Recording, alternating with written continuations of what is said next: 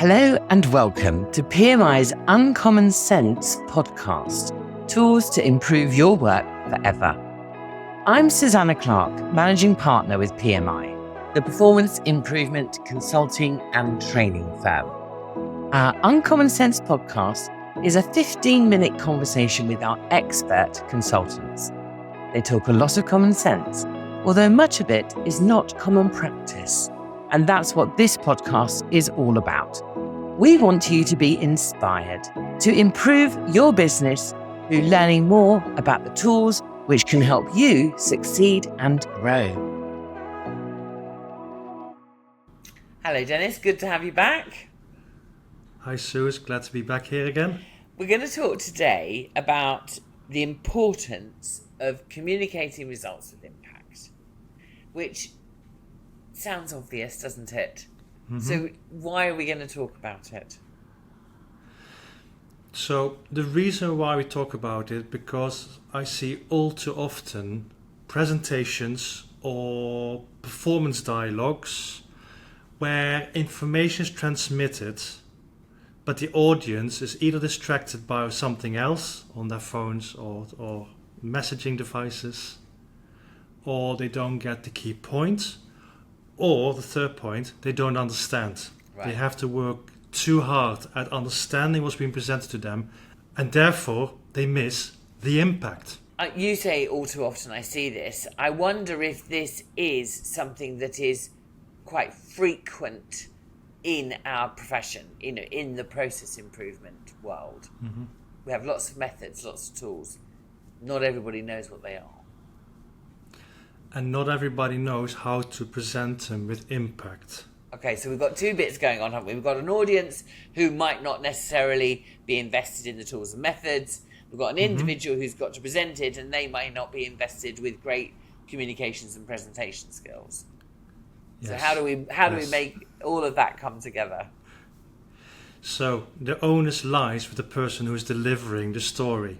They have to understand not just the technical background, the analysis, but they also have to make sure they are able to deliver this with impact to the audience for the reasons, for the purpose of that meeting. So if you think about it, a typical meeting will be for three reasons. It's to share information, it's to make a decision, or it's to explore something.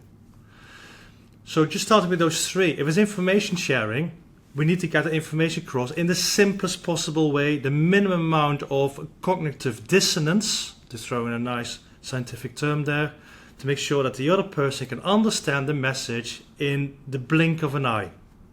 It's straight away easy to understand what's the problem, what's the analysis, and what's the conclusion, or something like that. And you share the information. If it's about decision making, of course you want to therefore provide some examples, some scenarios, some options with some recommendations perhaps, so the other person can then make an informed decision about we go this way or that way. So if it's exploration, you may have got an analysis without a clear conclusion where you're actually relying on the other person to bring their expertise to the table. Again, it's about a clean and effective display of the information and the analysis and the outcomes.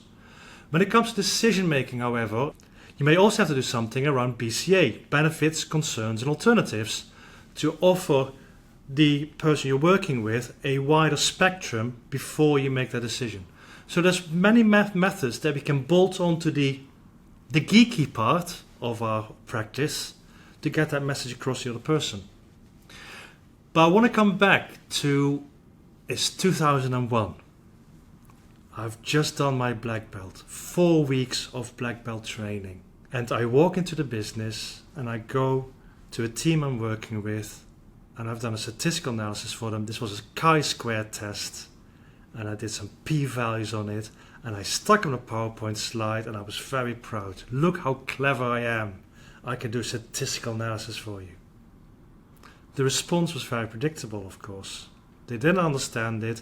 They didn't understand the so what, and therefore no action was taken. So the impact that I had hoped that would happen didn't.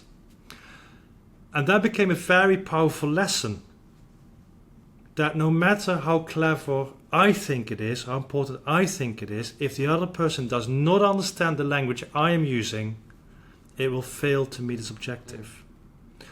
So the trick with any of these tools and methods and analysis that we are practiced in is to convert it into the language that your organization is able to understand. So for example, if the organization is a project management organization, they do large scale or small scale projects, use that language. Make it accessible to them. And then, if they're still interested, you can always say, look at the appendix, that's where the working outs are. But leave it out of the main body of that presentation. Get that impact into very simple bite-sized points. Yes, I love it when I see a really concise description of what the project, the improvement is trying to accomplish. If you can get that, if you're familiar with the 3-question model, what are we trying to accomplish? If you can get that lovely and concise, that's a real friend, because it is unquestionable then, and everybody gets it very quickly. No, absolutely. And of course, as you know, to write a single slide with 3 questions on it from the 3-question model and the answers to that can be very hard. Writing something simple takes time. Yes. There's something about using some of the approaches, 3-question model is a very good example, to get that clarity.